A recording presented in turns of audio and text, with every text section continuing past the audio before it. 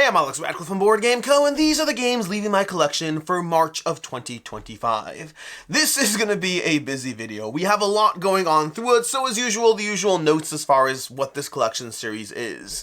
These are all the games leaving my collection. Most of these, in fact 26 of the 30 games we're talking about today, are kind of more in the passing through category. I'll explain that in a second. 4 games are actually leaving my collection. Those will be at the end of the video, so if you just care about those, you can go ahead and jump straight to that section. There's timestamps to everything down below. As far as the 26 other games, they're games that I've covered, I've played, but I wouldn't really call them games that have been stuck around long enough after playing them that they were in the collection, so much as games that I was covering for review purposes, or just games that I was interested in played, but ultimately they're games that are passing through as opposed to firmly landing and sticking around. Usually if you watch this video series, that's the majority of the games that are going to be in these videos every single month, just the nature of the fact that I try to keep a lean collection, which means I'm frequently getting rid of things, but it's hard to make a dent in the actual collection part of things. Anyways, other disclaimers or notes in general, which is number 1, I cover games for a living. I cover games. I've always played a lot of games even before I started doing YouTube, but now I cover even more games, which means if you see very solid, very great games either passing through or leaving my collection, that's just the way things are when you play as many games as I do, and you have to be very selective about what actually sticks around. So don't read into any of these too much as far as, but I love that game. Sometimes so do I. And then secondly, over on Patreon and Ko-Fi, if you are a member of the channel, first of all, thank you very much. But second of all, is I give away a few of these games every single month to various members at different levels of the people who are supporting the channel effectively. As always, I encourage you to support the channel because you get value from the content, and if you happen to get a free game, it's a nice extra on top of things. And with that, let's go ahead and dive into this. I think I'm going to go a little faster than I usually do in this because we have 30 games to cover. So I'm going to give you very quick, short notes on all of these. And in fact, the 26 games, the ones that are kind of, passing through as opposed to sticking around, usually they will be covered in other videos anyways. So you'll get deeper, longer thoughts around them in a variety of videos across the channel, either dedicated reviews or roundup reviews. This is kind of my final thoughts in case you skip all those and just want the wrap up of how things are shaking out. To that end, let's go ahead and start with a big box, and this is CaptN Peep Treasure Ahoy. This is a legacy game from Haba, a game that's going to give you a degree of going through a bunch of missions and adding stickers and all that. It's meant to be for younger kids, but I would say that this is one where it didn't land with any of my kids, or with me for that matter. I've played a lot of legacy games, both adult-friendly as well as kid-friendly. This one just didn't land with us. It's not bad, to be very clear, it's not a bad game. It has you trying to move pieces around to unlock patterns, but ultimately the hook of legacy didn't stick with us. The stickers kind of felt not that great, I guess, not that fun or satisfying to go through. Nothing wrong with it. But as a legacy game, we played it a few times, and then we decided not to keep playing through it. Then there's Super Skill Pinball, Harley Quinn. I've always wanted to like this series. I played the original Super Skill Pinball. I bounced off it hard. No pun intended, I guess, because bouncing, maybe, I forget the pun intended part. I went back to this one because I was like, you know what? It's been several years. Maybe it was just me because this game series is well liked. Unfortunately, it might still just be me, but my second attempt to go back to it had no luck. I still bounced it off it hard. I actively don't like this game. It's not even like, oh, well, there's other better games. No, I don't like playing this. I would rather be scrolling on my phone, watching TikTok. I don't actually watch TikTok, Reels or Shorts. I'd rather be doing that than playing this. I don't know why it is. I don't know exactly what it is about the game, but it doesn't work for me, despite working for a lot of people. Then we have Top Tier, a party game about ranking everyone and everything. I cover it in more detail, again, with many of these games I will, but in short, I would say that this is a party game that is very fun. I've played through it, I've enjoyed it, I like it, I've played it several times. It's a fun game. But most party games to me cap out at being fun games. It takes something special to move a party game from I had fun playing that to oh my gosh, I want to pull that out all the time, and Top Tier just doesn't have that. It's been fun, I was excited to play it, I had fun playing it, and now I'm ready to move on from it. I have more complaints and more notes you can dive into in my my shared review of a bunch of small box games, but that's the short notes for now. Then we have SC Schreiber, or the Strange Forgeries of SC Schreiber. Or SC Reber. I keep saying Schreiber, but I think it's just SC Reber. Anyways, the Strange Forgeries is an inductive reasoning game. It's one of those games where you're trying to find patterns amongst things. I think the game itself is excellent. I think the box it's packaged in, not the literal box, but like the box, the rules, the components, all of that is an absolute mess. This is one of the games that I look forward. I believe they're coming out with a new version of this game, and I actively want to try that and get that depending on what the final package is like. Because this is a lot of fun. If you like inductive reasoning, if you like finding patterns, this was great. I had a lot of fun playing through this. But as far as, again, rules, components, simplicity, accessibility, all of those things, like I was taught this game, and then reading through the rules to learn it after was still impossibly hard. I think this is a passion project that really needed a developer, and I hope they get one properly for the second time round, because as it is, I think a lot of people will bounce off this one when there's a really good game behind that. So I'm glad they're looking at second edition. I hope they do it right. The game is one of the better inductive, deductive kind of games that I've played, so it's a weird positive and not positive little mini review over here. But for right now, I've enjoyed it. Because of the issues I have with it, it's one that I can let go, and I hope that the second edition makes me want to keep it.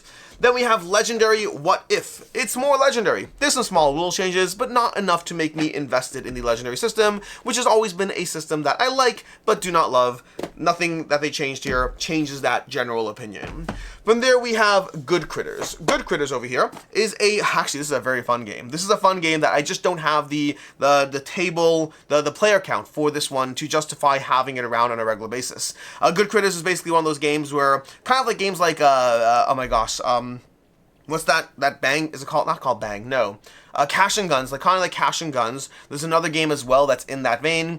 Goodcritters is just about that kind of chaos and craziness of a large group of people trying to agree how to split the loot. It is a very satisfying experience. I think you'll have a lot of fun with it. Unfortunately, it plays at higher player counts. You need 4 to 8 players, which means this falls into the party game genre, where the party/strategy game genre, where you play when you have 6, 7, or 8 people at the table. And I have too many of those games that don't see enough table time because I just don't play that player count enough. If I play that player count more, I think this would stick around because it's very zany.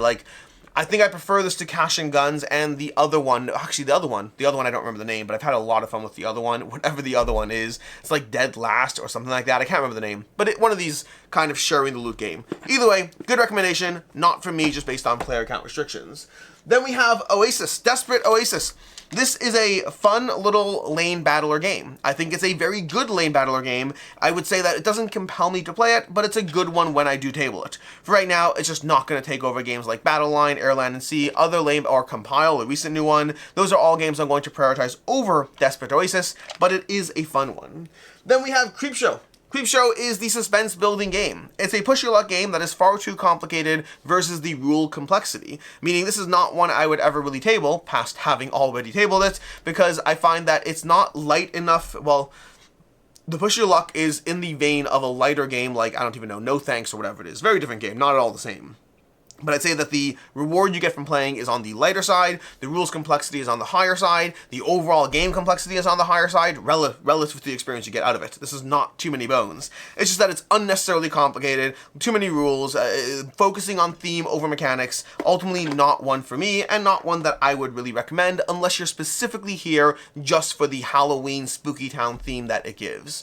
From there we have Neon Rain, one that unfortunately did not work for me. I say unfortunately because this is from Manny Tremblay, this is from his Neon Knights production company. I generally like the types of games he puts out. I think this is just going for more of a mass market appeal. The overall gameplay to me was way too light for what I'm personally looking for. It's simulating a button mashing game, and it did a good job at simulating that, but just the end result is not a game that I personally want to table. I did like the solo mode more, not enough to keep it around.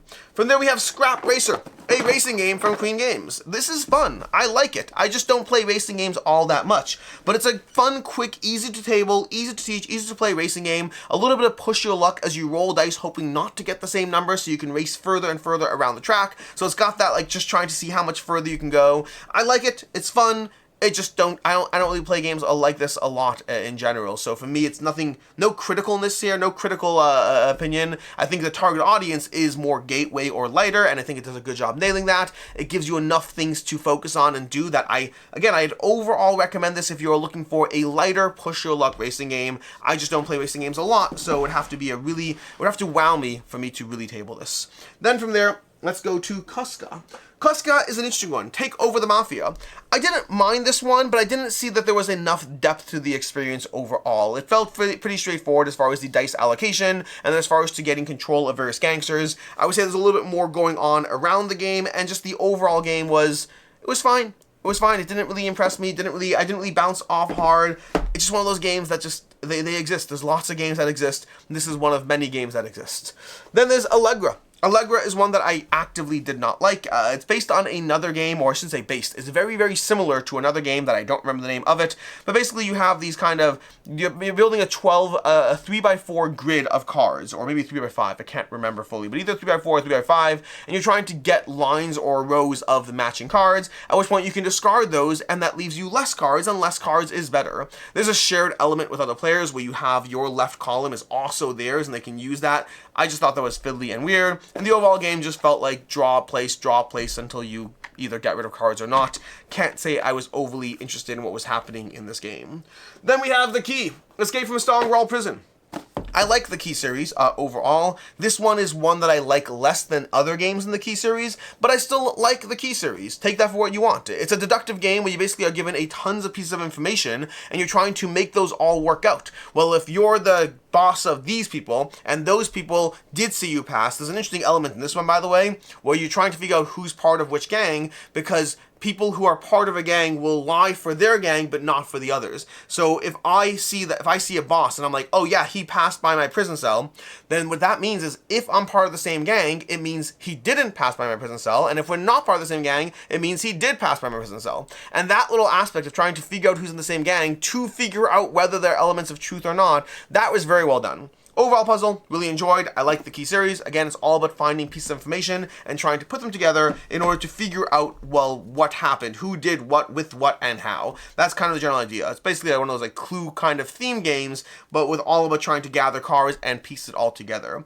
It's not really a speed game. There's a very minor speed element to it. It's ultimately about trying to piece together pieces of information. I like the Key series. If you watch the full details on it, there's a reason why I like this one a little bit less than others, but I still like the Key series, and this didn't change that.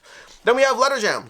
Letter Jam is a game that I really want to like more than I am able to, given the way this is structured. That probably wasn't helpful, but honestly, that's what this game is like. The problem with Letter Jam is that the core gameplay is actually pretty straightforward as far as what you're trying to do. You're trying to get it to piece together what letters are in front of other players, well, more specifically, what letters are in front of yourself. So I have a letter in front of myself.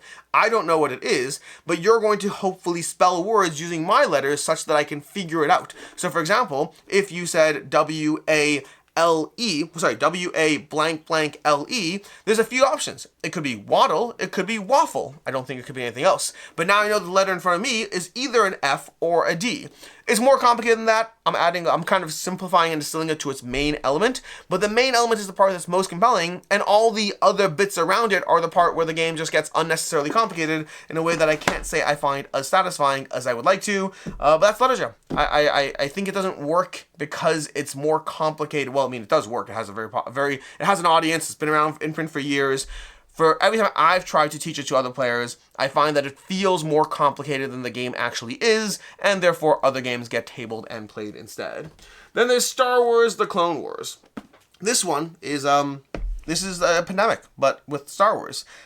I like Star Wars, I like Pandemic, I think I like Pandemic better on its own. This was not bad, to be clear, but I didn't get the Pandemic theming, I didn't get the Pandemic system properly from it. It felt like it was more trying to be Star Wars while utilizing the Pandemic system in a way that just kind of made me want to play Pandemic. So not really a critique, just not one that stood out for me within the Pandemic framework. There's Sardegna. Sardegna is one that I debated holding on to and keeping. And I should note in general, by the way, a variety of these reviews that you'll see around these games, some of them have already come out on the channel, some of them will come out over the next who knows how long. I tend to film a lot of reviews, they go into the queue, so sometimes you see the games that are leaving before you see the deeper thoughts around those games. But Sardegna is a very well done game about trying to play the cards in your hand in order to take the actions of various characters before battles not really battles, but area control conflicts kind of ensue. It's a very interesting puzzle, fits in a small box. Overall, really enjoy this one. Low luck, high strategy, small box size, lots of good things going for it. I did debate keeping it.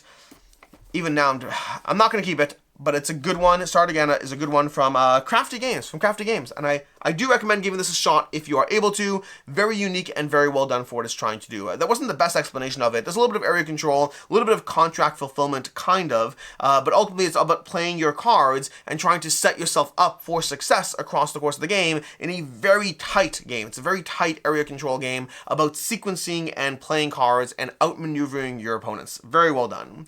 From there we have Boop the Halls. Boop the Halls is the best version of Boop I've played, which isn't really fair because I've played Boop and Boop the Halls. I haven't even played Boop. And if there's other Boops that I don't remember at the moment, I don't think there's other Boops. There's a Boop like cat theme pack. Anyways, from the two Boop games I've played, Boop the Halls is the better version, which makes sense because it's Boop with an extra level of rules complexity, but not in a bad way, in a way that gives you more to consider as you don't want to knock the ornaments off the tree. So overall, I like it. It's Boop, but better. Unfortunately, Boop is not my favorite abstract game, so Boop, but better is enough for me to enjoy it more, but I like other games more in general. From there we have Blade Rondo. Blade Rondo I was very much looking forward to, and I'm sad that I bounced off this one. Bounced off is probably too aggressive. I'm sad that I didn't enjoy this one enough. Now the first problem is the art and graphic design didn't pull me in. That's always not going to be a good starting step for any game. But outside of that, I thought the little puzzle of trying to craft your cards and then play them in a slowly ascending mana situation, like you have more energy to spend each turn, and you can spend cards but they come back to your hand. So think of any game like Hearthstone, but imagine Hearthstone but you had 7 cards and they always came back to your hand as you played them, but just each turn you have more energy to spend them. Honestly, this could be a Hearthstone tavern brawl. Honestly, Hearthstone should make a permanent, like the same way they have, this is a deep dive for Hearthstone players, but the same way they have Battlegrounds and whatever the other system is with Mercenaries that I never really play. The way they have those systems, I think that Hearthstone could do great with a Blade Rondo permanent style tavern brawl game. I think that could be a lot of fun, like do a mini draft almost. Oh my gosh, okay, who knows somebody at Blizzard, because I think a permanent gameplay option where you draft cards within the Hearthstone framework in order to play a Blade Rondo style combat could be so good. I want this to happen. I'm sad that it's not currently a thing and likely won't be a thing. This stack over here is very, it's balanced. Anyways, from there, we have, oh, by the way, I didn't really cover this, so why don't I like Blade Rondo more? I don't know. I do like Blade Rondo. I just don't love it. I think that the card system, honestly, this takes away some of my excitement about Hearthstone, I guess.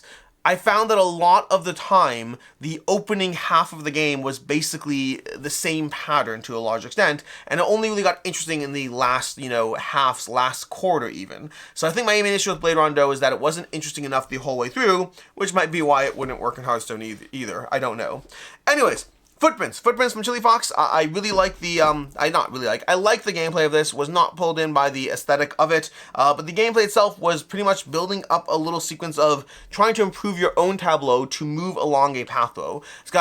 It's got little vibes of the Quest for El Dorado as far as the racing element, but really it's not actually focused on getting to the end. It's more focused on the things you do along the way, and getting to the end is one of those things. Honestly, it's a little similar to Kathmandu, as well as, what's the other one? As well as, I'm blanking, Creature Caravans. I got those elements going on. Ultimately, I liked it. Didn't like the graphic design. Didn't like the art. Felt it could be used a lot of streamlining. Like if this got like a polished, completely different theme, re-theme, whatever it is, I might like it a lot more. As it was, I appreciate the mechanics, but don't feel compelled to play it.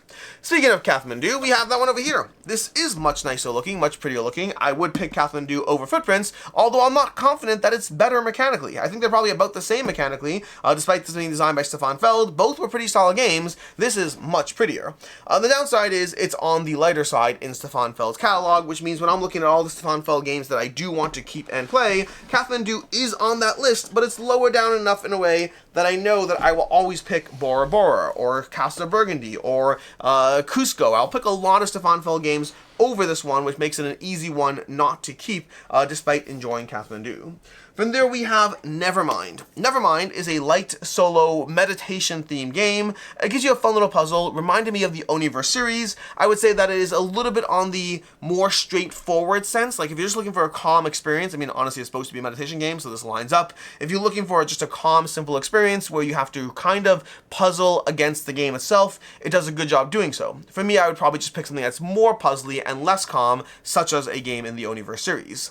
There's Nestlings. I had a chance to play the prototype prototype of this one and didn't particularly love it. I had a chance to play the final game, that's this, and didn't particularly love it. I think Nestlings ultimately feels way too straightforward for what I'm looking at of a game system. There are some elements that are fun as you build and score and get more like escalating scoring on your little grid that you're building. Ultimately, the main mechanism of how you gather things, I feel, is just way too uninteresting. I'm going to use the word uninteresting. I'm also going to try to push these over without knocking down any of the games, which may or may not work. Let's see, it's working now. These are all stacked on top of each other with no backing. From there we have Catan New Energies. Oh, that game box dropped. I'll have to get that shortly. Catan New Energies. This is Catan with differences. The differences don't make it better. I prefer Catan with cities and knights. Catan New Energies is just not the best version of Catan. Then we have Perch. Perch from Inside Up Games. This is a light little area control game. Not super light, but lighter, on the lighter side as far as the area control. You're basically taking your birds and placing them out onto various zones in order to get the benefits of the zones and the scoring of the zones, and then go onto a central fountain. Ultimately, theme didn't appeal to me. Components didn't particularly compel to me. The gameplay itself is fine. There's nothing wrong with Perch. It's just not a game that particularly wowed me. Then from there we have Brass Empire. This feels like it's trying to do deck building in two different ways. It's trying to merge the Dominion deck building with the Star Realms deck building. There's a little bit of conflict, a little bit of building up your own thing. The end result is a game where I'd rather play Dominion or I'd rather play Star Realms. Brass Empire itself is not one that I'm going to prioritize. Give me a second to get the game that fell before I dive onto the 4 games that are actually leaving. The game that fell is Federation. Federation, I don't know when the review for Federation is going up, probably before this video, but either way. This one I'll go into a bit more detail here, but honestly, watch the review if you want my full thoughts on it. I think Federation is excellent. It is easily, give me a second to pause. It is easily the best game on the table. This is the one from all the games. Like, you know how I started off this video by saying very often great games leave, and that is what it is? Federation is a great game. This is one, like, there are some games here. Let me see if there's anything else. The key is good. I play through them and move on. These are all, like, not particularly, honestly, if I was looking at the games that I had the most fun with on this table, I would say probably, in rough order here, take this with a grain of salt because I'm doing this on the fly. Federation is probably my favorite game on this table. Then probably Goodcritters. Then the Strange Forgeries of SC Reber, followed by Sardegna, Blade Rondo, and then this guy over here, who I can't remember the name, but the little camel one, the Oasis game, whatever it is. I think those are the best games on the table. And then the key, but again, the key I play through more so. The rest of them are games that I don't think I feel the need to keep in any circumstance, but those other ones I just told you about are the ones that I had more fun with, but you have to make hard choices because not everything can stay. But even from all those, the Federation is a class above that. The Federation is worker placement, but worker placement with multiple puzzles as far as how the workers matter. They matter as far as where you're going, they matter on which side you place the worker, they matter to the row you place the worker, as well as which side you place the worker, because the workers have literal sides and then sides of the board you place them on. So there's like so many things you're considering with every worker you place. Past that, it's a series of mini games. This is like a roll and write. It's got a flip and right worker placement vibe kind of going on. I think it's a very solid game. I really like it. I currently am I'll happily play through it on Board Game Arena even more so after. Like, I played this in person and I played on Board Game Arena. I will continue to play on Board Game Arena because it's a good game. But for me, it falls a drop short of what I love about a good heavy game like this. I felt myself pulled in too many directions as far as trying to make it all work economically. And while it does work, I find that this is one of those games where I'm a little bit more tense about all the things I'm not getting done and a little less enjoyment about the things that I am getting done, which I don't know how to fully define when a game shifts from one to the other. A good Euro game is going to feel like you have to make it all work, but some of them I love that puzzle. I'm like, I made it all work together and it's great and it's satisfying and it's crunchy. And others I'm like, I feel like I'm chasing the game a bit too much. Federation falls just shy of what I want a Euro game to be, but I still thoroughly recommend it. I've enjoyed playing it, and I will continue to play it, just probably only on Board Game Arena. Anyways, these are the games, the 26 games, that I am not keeping. They're all passing through, so to speak, and my general quick short thoughts on them. As far as the 4 games that are actually leaving, we got 4 games here. We have Motor City. Motor City is excellent, it's a lot of fun, but I don't think I would ever pick this over Fleet or Three Sisters. Like, I've played this enough by now, and in general, my preference is Three Sisters or Fleet. Motor City is just another one. Also, there's the newest one, the Fourth Quarter, or the French Quarter, not the fourth quarter. That's like accounting and payroll. The French Quarter is one that I still don't know where I fall on that one, but right now Motor City I think is one that I can let go, knowing that the other games I have are better than it.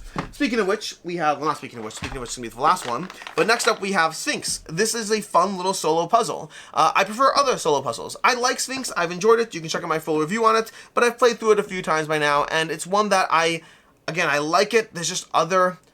It's me trying, if this is, to be very clear, all 4 of the games that are leaving is me looking around and thinking to myself, what can I justify getting rid of to keep a reasonable size on my collection? They're not games I'm just casually getting rid of, they're all games I enjoy, but Sfynx is one that it hurt my soul less than other games on my shelf to get rid of it. It's a good puzzle game from Impatience, the same people who do the Oniverse series, and I think I prefer some of the other Oniverse games, although at this point they've also moved into a keeping for a certain amount of time before moving on from.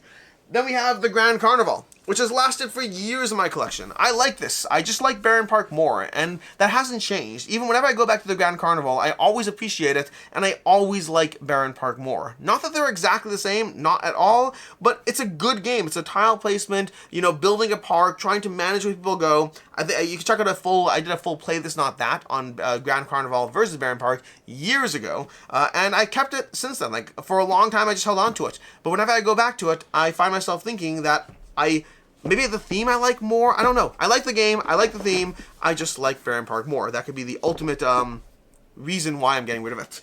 And then lastly we have Verdant. This is what I was saying when I was saying Motor City. I was saying similarly we have Verdant. Verdant over here is one that I love Calico and I love Cascadia, and I really like Verdant. But every time I play Verdant, I do find myself thinking that I like Calico and I like Cascadia.